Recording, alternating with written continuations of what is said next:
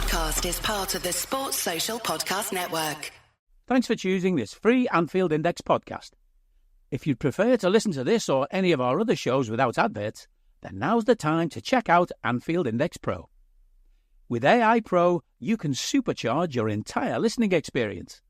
You'll not only get all of our podcasts without the ads, but you'll have them far faster with our quick publish feature available exclusively for subscribers. AI Pro also puts you in the heart of our sound studio, with an option to listen to many of our shows live and interact with the podcasters in real time as the shows are recording. Upgrading couldn't be easier. AI Pro is available on all popular podcast platforms. Just head on over to AnfieldIndexPro.com and get started today. Hello, everybody, and welcome to the latest Anfield Index Under Pressure podcast.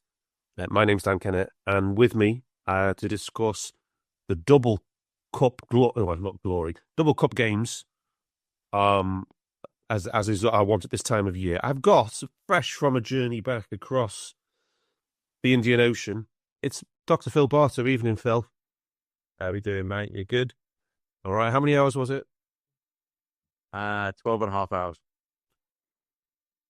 Wow. Everything all right? Yeah. Go smoothly? Kids okay? Yeah. Kids are all good, yeah. Arrived to the Christmas decorations still being up in the airport at Mauritius, but 25 degrees. So, yeah, a little bit different from what you'll with -1. You'll be delighted to know it's still absolutely freezing brass monkeys in the UK. Yes, I'm hearing those stories of minus temperatures, which is yes. It's not going away anytime soon. And the game that you missed against Accrington was particularly chilly. So yes. But fortunately, there was plenty of fun on the pitch to warm me up when I was watching that in the stands. But we have a real treat for you listeners, because making his long-awaited return to the Under Pressure podcast is only my namesake, Mr. Daniel Rhodes. Evening, Rhodesy. Evening. Last time I was on, Slan even started his job yet. I would. Start end of the season. I feel a bit like James Milner or Harvey Elliott. Just bought him for the cups. You're the Chiesa. You're the Chiesa. Oh. Where's he been? Yeah, I've been doing 5-month pre-seasons. Yeah. No. So we do know, obviously, that AI is kind of branching out into the video side, and I know we've obviously got the podcast side, the audio only side. But it's fair to say, Rosie, you are heavily involved in the new venture. Yeah, so do you want to give us a quick out? Yeah, those who may not have encountered it yet, what you do? Yeah, check out Talking Tactics. I used to do it with Paul Dalglish, but this is more video focused, and we're using the streaming platforms. Phil uses it as well, I think, where the viewers can see, the stats images that we're putting up, or the tactical images, the screenshots of the game and things, and then it's easier to describe the visual element. So yeah, check it out. So what you're saying is next step Monday Night Football? Yeah, I wish I had the amount of equipment that they have. And easy access to footage. Someone's clicked it up for you. But yes. And so any UP listeners who like the YouTube stuff, get on Rosie's channel and leave him some nice comments, people. Yeah. We don't want any nastiness. Yes. Right, but we are here. We're going to talk. First of all, we're going to talk about the first leg of the Spurs game, and then we're going to do a bit on Accrington Stanley.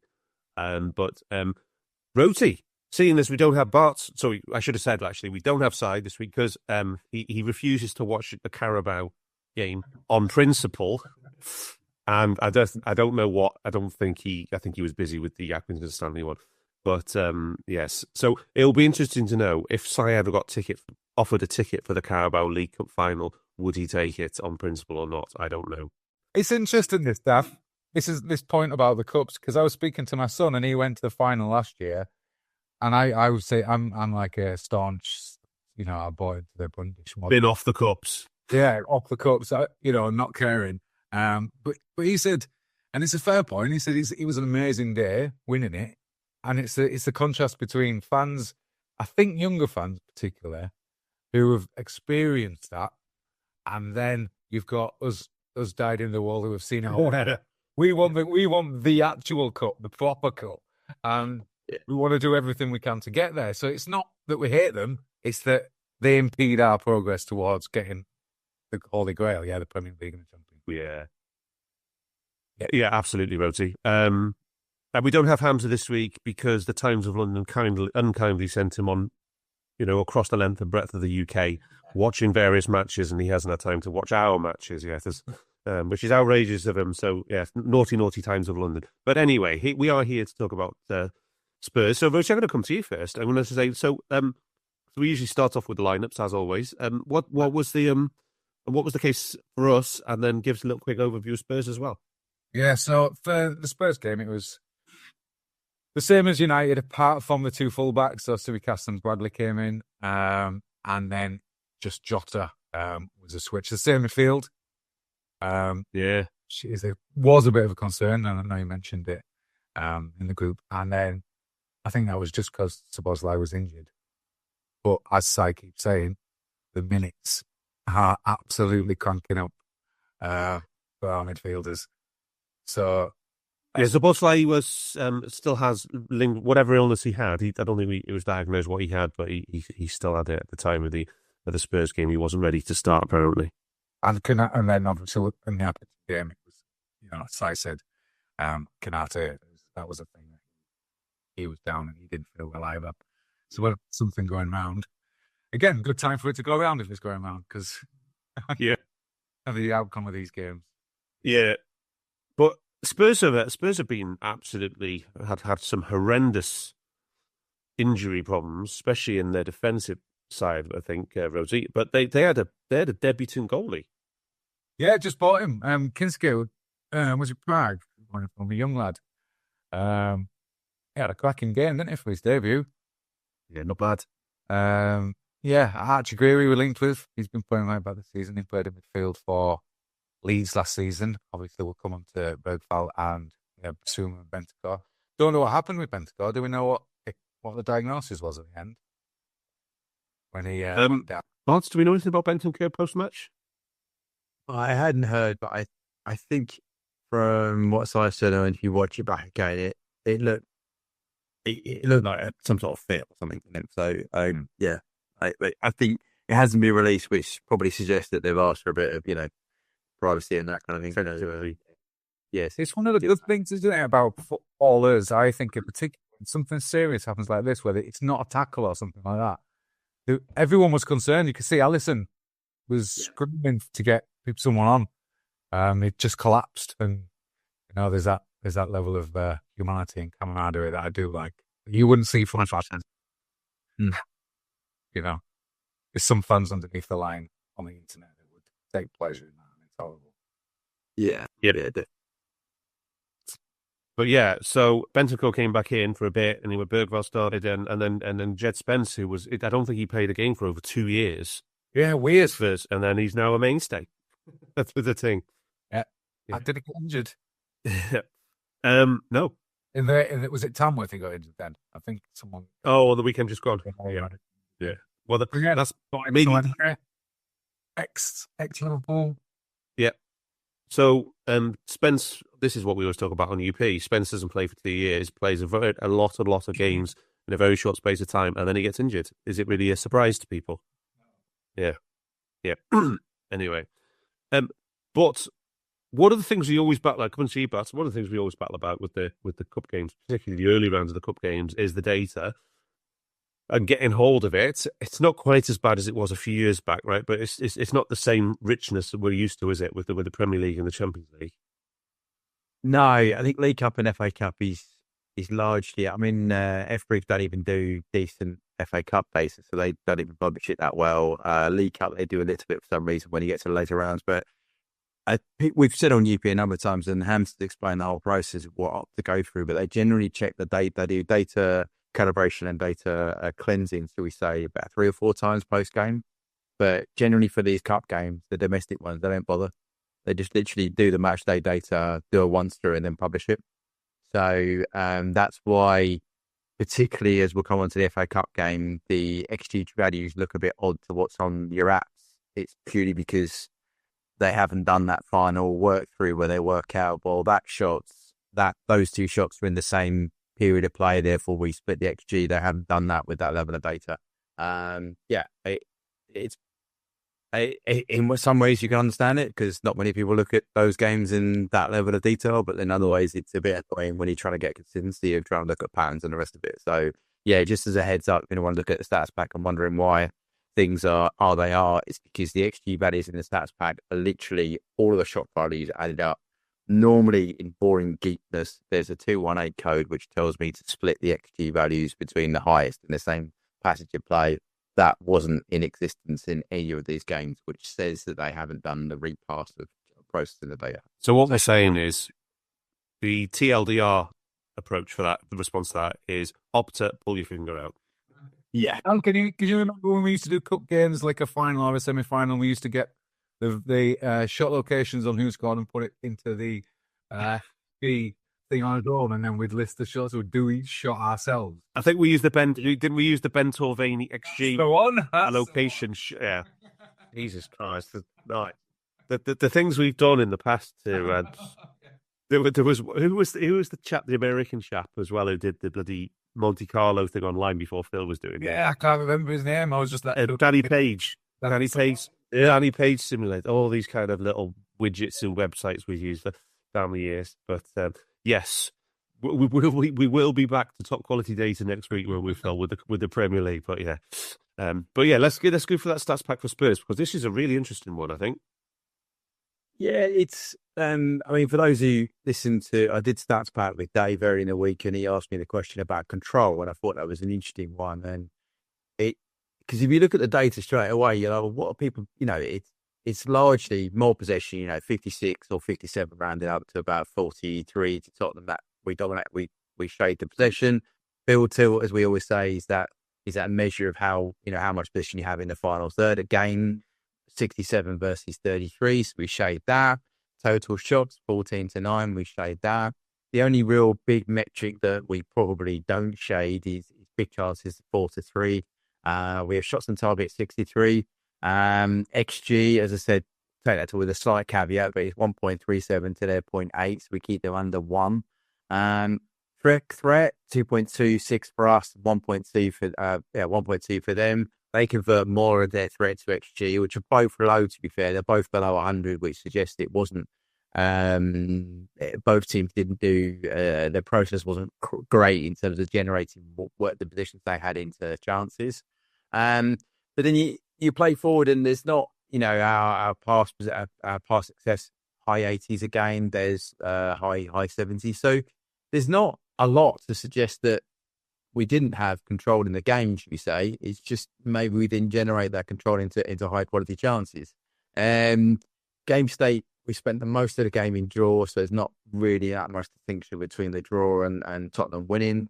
But when you get down to Monte Carlos, so this is 10,000 sims using the probabilities associated with the chances to create, what would be the chances if you played that game again of the scores. And it actually comes out at a 1-1 draw is 15%. And then the next highest is a 1-0 Liverpool win, with a 2-0 Liverpool win and a 2-1 Liverpool win being the ones after that. And we actually edge it on the overall probability of a win at 49%, and Tottenham are actually lower than a draw. So, yeah, I think I'm not sure, because I was aware of narrative of, the Liverpool stuttering again, not playing well, that kind of thing. But looking at the top line stats, that doesn't seem to support that narrative that we weren't in control. We just maybe didn't do enough with the ball we had, if that makes sense. Yeah, I mean, if you look at the defensive numbers, but I mean, there's not much of a problem there. I mean, Spurs only had 9 shots and 0.9 XG. So and 2 of the big chances they had were from the same Alisson fanning around in his own box. Exactly, and as I would say, penalty box touches, we had 37 to their 19. Yeah. In the second half, 22 versus 8 penalty box touches. That doesn't suggest to me that we didn't have enough of the ball to do what we need to do with it. So. Yeah. So what was the threat to XG conversion for us? Overall, ours was 60, theirs was 72. Yes, so that tells you something in itself, doesn't it? If we only can, 60%, because it was more poor execution. I thought that we didn't end up generating the same amount of volume of shots and chances in attack as we might have expected, but we didn't. Defensively, it was largely fine.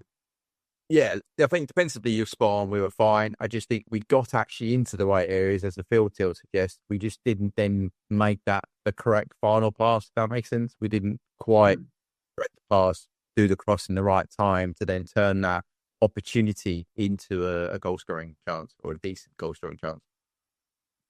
Yeah, absolutely. Now, Rosie, I mean, think back to the start of this game, which we just still until the Bentancur injury.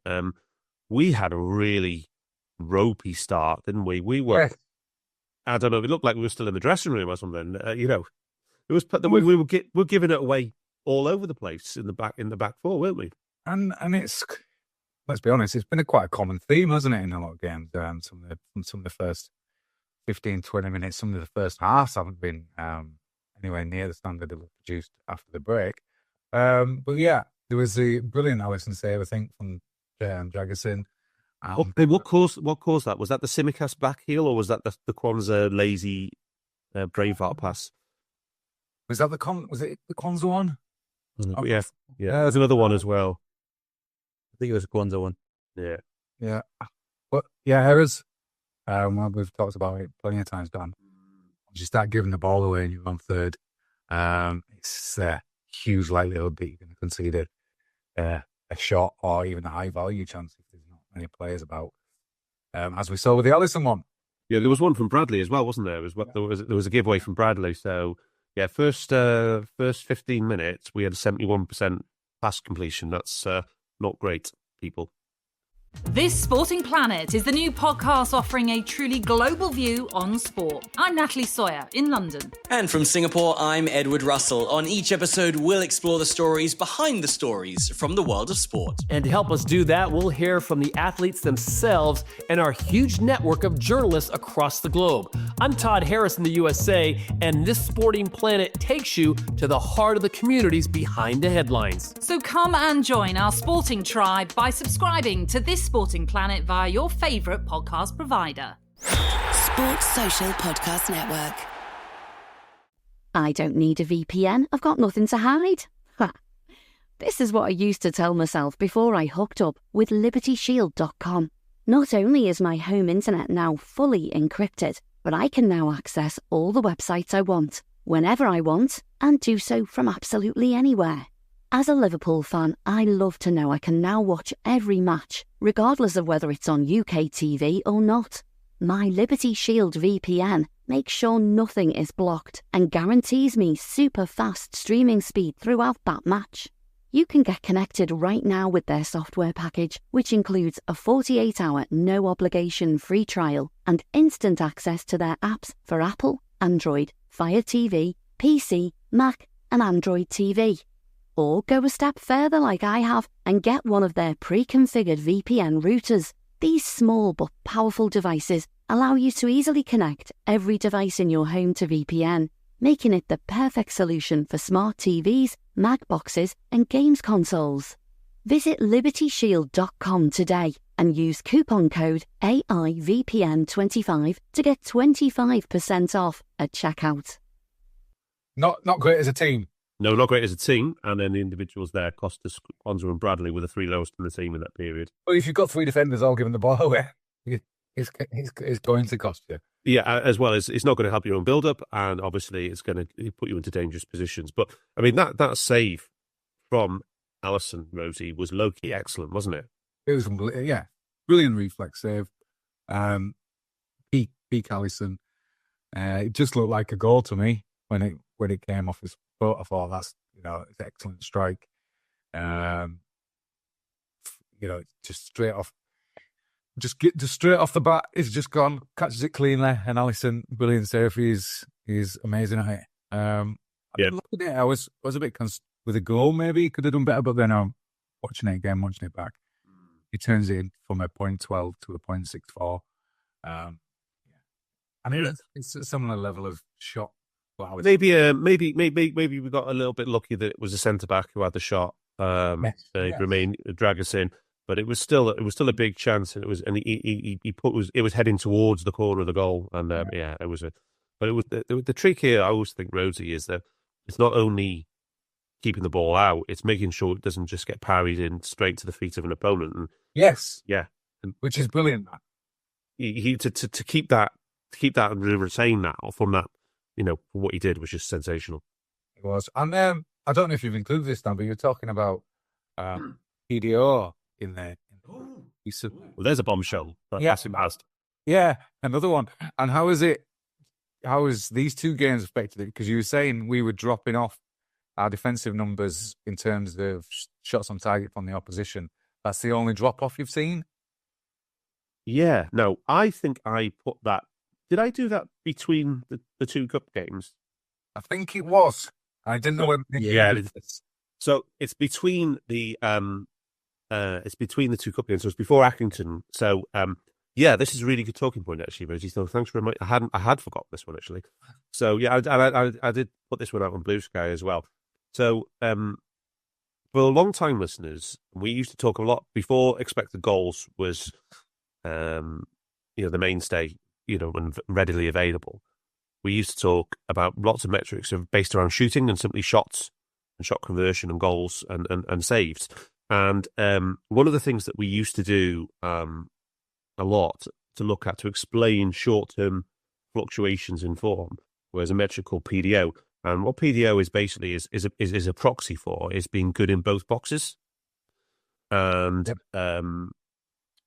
so there's two aspects. It was an assessment of the last 4 to 6 games, you said. Yeah. I think it's a really strong indicator of where things have gone. So what you do is you take the number of shots on target that you score, and you add them to the amount of the opposition's shots on target that you save. And the reason it's nice is because across the whole league, the baseline is 1,000. The metric is 1,000. So if you're above 1,000, you're slightly better than the league average, and if you're below 1,000, you're slightly worse. Now, anywhere between 900 and 1,100 is kind of like realms of the normality, natural, nothing too drastic to think. But once you get above 1,100, you're getting very hot, and you're probably going to do to come down a bit. And then if you're below 900, you're in a real rut of form. Things going against you big time. Things will come up naturally from that point. And so yeah, long story short, our save percentage at the start of the season for to the Man City game when we beat Real Madrid and Man City in a week, we had an 84. Oh no, sorry, I'm looking at it. Get the right thing. Yeah, so Man City is 34%. No, that's shooting. That's a shooting one. Serving one. Yeah, I don't think you've put that in there. Oh no, so we had. Oh yeah, it was an 84% save rate. So Alisson saves his shots at about 75% across his career. And we had, as a team, we had an 84% save rate until Newcastle. Since the Newcastle game started, obviously with Kelleher in goal, we've been 59%. We've saved 59% of the opposition shots on target, and since the Fulham game, it's gone down to 52%. Now, our shooting at the other side end of the pitch has actually stayed pretty similar across. To Man City, it was 34%. We scored 34% of our shots on target. Since the Newcastle game, it's been 39%, and overall for the season, it's 36%. So when you look at our save percentage across the season as a whole, it's perfectly in the normal range, 76%. But what we did, we front-loaded loads of stuff in the first 3 months where we probably saved more than we should. And since then, we've had a bit of a cold run. And one of the things that really affects that is deflections. Yeah. And also, you could add into that the Maddison goal where Alisson was unsighted by Gomez. And so... a one where it went in the middle. Yeah. Well, you got some bad handling ones as well, but you've also got some bad goal. You've got some ones where, Rhodesy used to play in goal, didn't you? But that was your position. But, when you get a deflection, you might as well take the keeper out the goal because you can't really do anything with it. You can't move at that speed because you're going the different direction. Yeah. And for context, Dan, I'm sure we had like a number of 750 when we had Mignolet in goal and Benteke up front. That's the context, yeah. Yeah. And but it was bad. I think the period actually before Rodgers actually got sacked was one of the lowest in Premier League history. It was like, yeah. So yeah, it was shocking shot conversion in attack and a shocking defensive performance at the back. And it's not just good or bad or lucky and unlucky. It's both. It's good and lucky, and it's bad and unlucky. And it is. Yeah, it's short term versus long term, and it's measuring, like you say, 4 to 6 games, how things are changing. Yeah, and that's the key measure there. You're learning your insight from. If you're running at like 12, 1300 over a 6-game period, you have been fortunate, even if you've been good. Yeah. So if you added our shooting percentage and our save percentage together, up until the Man City game, we were 1182, so 118% effectively, right? So we're way better than the league. So we were running significantly hot. Well, obviously since Fulham is 900, since Newcastle 981, and since Fulham 916. So it's not, we're not in crisis point, but there is one other thing I would say is that there was one other run under Klopp with Alisson where we had a really bad save rate over an extended period of time, and it was after winning the league, in 2019-20 to the it was to October. I think it was the Ajax game in the Champions League where it started to turn around. But before then, there was a 15-game run where we as a team, which was mostly Alisson, but some Adrian as well, had a 51% save rate. Which is shocking, really, when you think about it. And we, how many shots on target they have, and you conceding out. Yeah, and it's 11 games since Newcastle, and it's 59% since Newcastle.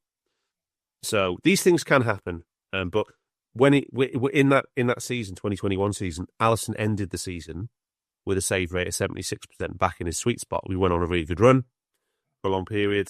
He did, in particular. Yeah, he did. So, yeah, it's just the vagaries of it. And I think one of the things we talked about, at the time, particularly on the Fulham pod, was just, Ali would have saved those, except for the deflections, right? And it was the same in the Leicester game. No, I was just going to say, I think we had a conversation about, was this a defensive problem or was it just variance? And you said the unlucky at the bounce. And I think at the time we concluded it was just running the green. The deflection here, United, with the game we were at, that was a shitty goal to concede, but it was, he's onside, isn't he, for Robbo's in front. They're just goals that are unfortunate. 2 deflections in a period of 3 games is unfortunate. Being unsighted. I mean, there's a case to be made that maybe the Isaac goal with Kennett, he's slightly unsighted because VVD's in front of him.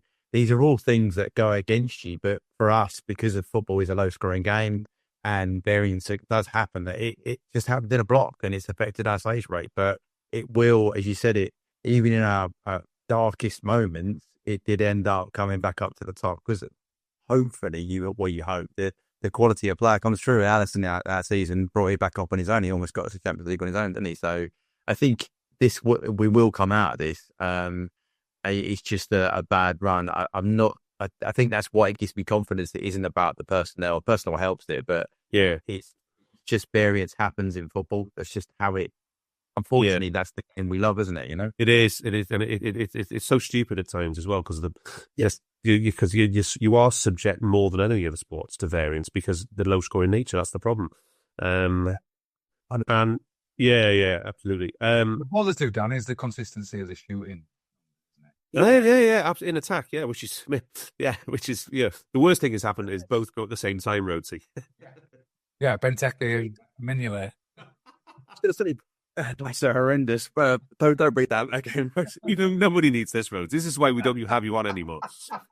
I was going to say though, those attacking stats are good, but that's also largely where I don't think there's been a period where more than one of our front 3 has been on fire. You know what I'm saying? Like, I don't think there's been a period where 2 have been. We always say you can't carry. I'm not saying we've had 2 completely cold, but I don't think we've had a period where 2 of our front 3 have absolutely been, hot. So I think that's really impressive to see. We've got those percentages, considering we've largely, to be frank, been dependent on Mo being looping over for a long period of time, right? Yeah. He has stepped up compared to last season.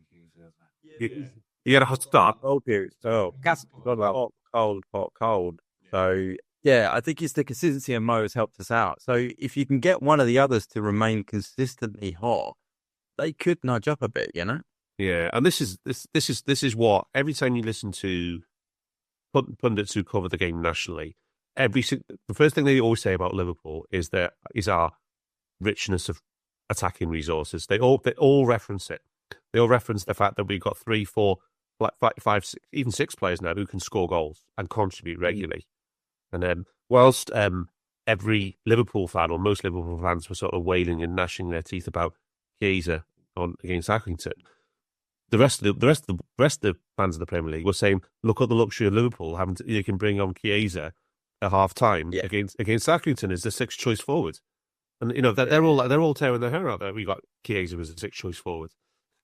Yeah, it's mental. It's their point. It's Arsenal at the weekend lost they're only 9, haven't they? So that's a problem they've had for a while. But yeah, you're right. The last 2 games I've watched Arsenal, in open play. I think I'd have rather eaten my own hands than watch those games, to be honest. But honest to God, they're turgid, aren't they? In open play, awful. Yes, weird. Yeah. A weird. Yeah, they've just gone. It's like they just now think because of the set piece kings, and we've talked about variance there, Dan. Sang you the convincing case that it was a big contributing factor to winning the league. Our set pieces in that season. I wrote it as his one because obviously you might have heard a lot of the talking points throughout the season. I did ask Hamza a couple of times early on about Arsenal, because they were in this real rut of they had the bad luck with the red cards and stuff like that. But I said to him, once you've been playing this negative brand of football and hanging in there, can you really just flip a switch and go back to being a good progressive attacking side? Because I said to him, I don't think you can. What do you what do you think? Well, you can't, because you've got conflicting mindset, haven't you? You are trying to, in inverted commas, destroy the game with your antics. If you go 1-0 up or something from a set piece, they're then time wasting, all that kind of stuff. And then if the opposition score, suddenly you've got to go, right, now we need to get back into kind of a free flowing nature, which they haven't been able to switch it on. In the occasional game, fair enough, but that's the point. It's an exception rather than the rule. The rule for Arsenal this season, and the stats back this up massively, is in open play. They're really struggling to create high quality chances. Yeah, and you can't win a league doing that. No. Now, if you win tournaments, I think it's Frank Freak won the Euros game, right? That's the prime example. Denmark did it. Yeah, you can do that, but over a 38-game period, you have to have other ways of doing it. Arguably the greatest sign of got to a final. Yeah, exactly. England did as well, but the Klopp's greatest Liverpool side had the beauty of it was the Swiss side, wasn't it? If we could unlock it through open play, we'd go and do a set piece, but we didn't need to rely on that, because if you tried to attack us, we'd hit you on the counter. If you sat in deep, we'd find a way through. You have to have multiple ways of doing it. And City, again, largely at their pomp, could unlock you in multiple ways and could still do you on a set piece as well. So, yeah, I think relying on that modality to win games has a lifespan of not a length of a season for the league. But, who am I to judge? They go ahead, Right, should we get back to Spurs? Right, Bart, bit of a scare on the half hour, and all Liverpool fans thinking Jarell Quansah was injured, but it was an injury. It turned out to be illness. So, what do you think? What do you think's played out there? Because we all know football's high, very intense activity and physical demands. You're not going to go out if you're feeling something, right? How do you think this has played out? I think he's probably passed the pre-game tests, which is rumoured to be what Kennett failed on the weekend. So that respiratory stuff in the kind of, So I said, imagine he's passed that, but then in the height of the game, it's just turned, if you like. And it just, he's got to a point, he's gone, do you know what, I can't do this. It's with the players are told now to any little thing, tell the physio and you come off, so because there's no point in carrying on. So I think he probably, as I said, pre-game passed all the tests. It might have been a bit 50-50, but they put him out. Some of that might have been down to the choices available, because if he didn't start, then you're looking at starting Endo, and then you might be thinking, oh, hang on a minute, who's going to play at the weekend? You're thinking those steps ahead, aren't you? So I think, and I just think at that point he just went, no, I can't carry on, and they made the change and brought Endo on, and it's an unfortunate one for the kid. But then he's recovered because he played that weekend, didn't he? He played against Accrington. Am I right in that? Yeah, no, he did. Yeah, he did. Yeah. So one of those. Yeah, and then it was obviously like some kind of chest or viral or infection or something like that, which hadn't fully cleared up. Yeah. Yeah, I think you've cited as well. We were up there and there was people coughing all over the place for United games. So it's cold. It just kind of happens, doesn't it? So if you get Dom's been ill for a period of time, so no matter how well you get it isolated, it's going to affect people around you, right? So that will go through it. You've had other players that have not been quite on it. Dom being the serious one, Kannate's out as well. We've pulled out at the week. So there's various players that have had this thing that's going around, even how we've managed to isolate it. And I think it's just unfortunate for the kid. He's got to start trying to prove himself again, and he can't carry on, So, but it's good we took him off and took the precaution. Really, and otherwise it might have got quite bad for us at the beginning. And as you say, Dan, if it's rife in the Liverpool area, possibly across the country, but if it's there, you might be able to isolate in the training setting. You might be able to isolate in the club. You can't isolate the fact that you might have kids coming home from school. Yeah. They might not be spreading it in the squad, but players are going to get the viruses that are going about because there's nothing you can do. So we'll see. I mean, one of the byproducts of this though is we make the change.